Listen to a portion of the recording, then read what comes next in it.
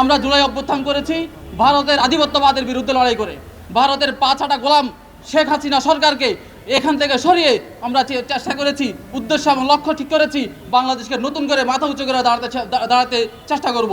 কিন্তু যেই লক্ষ্যকে সামনে রেখে এ সরকারকে আমরা ক্ষমতায় বসিয়েছি, সেই সরকার ক্ষমতায় বসার পরেও ভারতীয় আধিপত্যবাদের বিরুদ্ধে চোখে চোখ রেখে চোখ রাঙানি দিয়ে কখনো বলতে পারেনি যে ভারত তুমি আমার দেশ থেকে পালিয়ে যাও, আমার দেশের থেকে তোমার চক্ষু সরিয়ে নাও।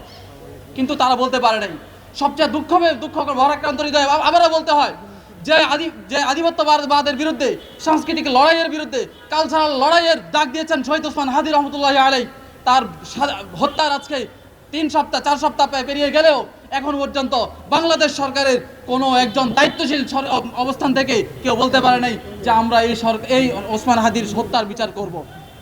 আমরা কি দেখেছি, কয়েকদিন আগে প্রায় 20 দিন পার হওয়ার পরে একটা চার্জশিট দাখিল করেছে। সেই চার্জশিটে যেইভাবে বিবৃত করা হয়েছে, সেখানে এখনো পর্যন্ত আমরা আস্থা আনতে পারছি না যে এই বাংলাদেশ সরকার সেই ওসমান হাদির বিচার করতে পারবে। আমরা স্পষ্টভাবে বলতে চাই, বাংলাদেশ স্বাধীন হয়েছে, ভারত জুলাই অভ্যুত্থানে নতুন করে স্বাধীনতার সূর্যকে নতুনভাবে উঠিয়েছে। একমাত্র বাংলাদেশের মানুষ স্বাধীনভাবে সার্বভৌমভাবে মাথা উঁচু করে দাঁড়াবে।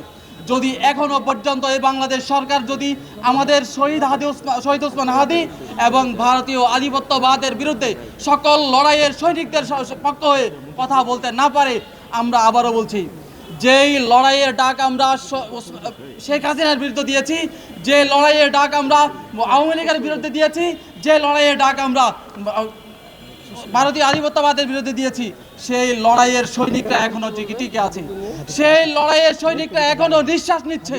আমরা থামবো না।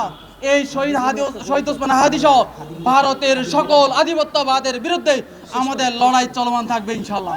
আমরা আজকে বলতে চাই, আমাদের সামনে যেই ডাক আসছে, সামনে যে সময় আসতেছে, আমাদের একমাত্র লক্ষ্য হওয়া উচিত ভারতীয় আধিপত্যবাদের বিরুদ্ধে লড়াই করা। এবং সেটা নির্বাচন থেকে শুরু করে সর্বমুহূর্তে আমাদের একটাই ডাক থাকবে, ভারতীয় কোনো প্রকার আধিপত্যের যারা প্রতিনিধিত্ব করবে, চাই সেটা সংবাদ সংস্থা হোক, চাই সেটা প্রশাসন হোক, চাই সেটা বুদ্ধিজীবীরা হোক, চাই কোনো এজেন্সি হোক, চাই কিংবা আমাদের কোনো গোয়েন্দা সংস্থা, কারো বিরুদ্ধে আমরা কখনো চুপ থাকবো না ইনশাল্লাহ। সবাইকে আমরা সতর্ক করে দিতে চাই, আমরা ভারতীয় জনগণ না, আমরা বাংলাদেশি জনগণ। বাংলাদেশি মানুষের স্বার্থকে সামনে রেখে আমরা সর্বদা কথা বলবো।